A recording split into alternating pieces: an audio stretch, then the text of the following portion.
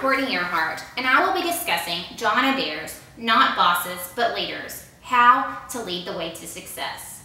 John Adair is acknowledged internationally as an authority in leadership. He's recently been named United Nations Chair of Strategic Leadership.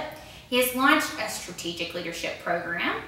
He has received a Lifetime Achievement Award in leadership, and China has named him its first honorary professor of leadership. John Adair developed the three-circle action-centered leadership model. The three responsibilities of the leader are achieving the task, developing the team, and encouraging the individual. Let's go through this circle by circle. First, we have the task. As a leader, you need to identify the aims and the visions for the group and give the group purpose and direction. Identify the resources, the go-to people, and the tools needed to complete the task.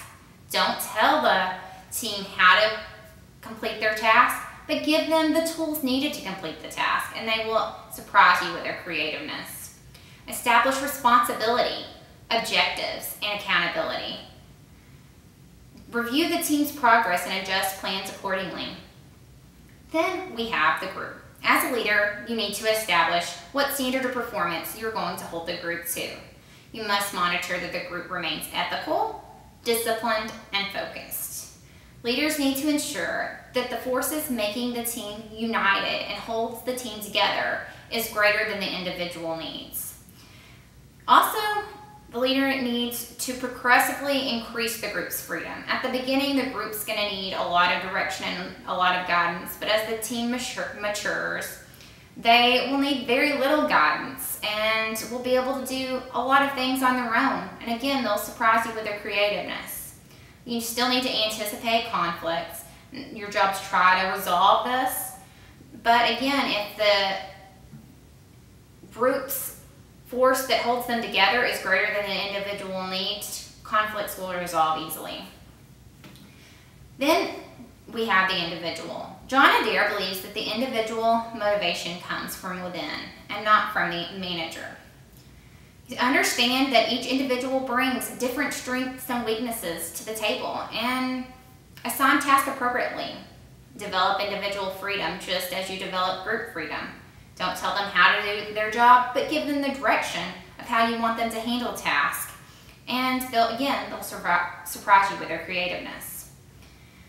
The target audience, as stated by Adair, is any leader. I'm not sure that a lifelong leader would find this helpful.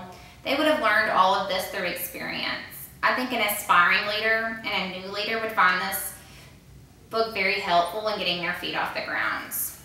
The strength of this book was that John Adair wrote it from a meeting that he had with a newly appointed CEO. And we saw the dialogue that went on between these two men, and we were able to see how the CEO processed what John Adair said, and he brought up points that we as an audience might have brought up ourselves.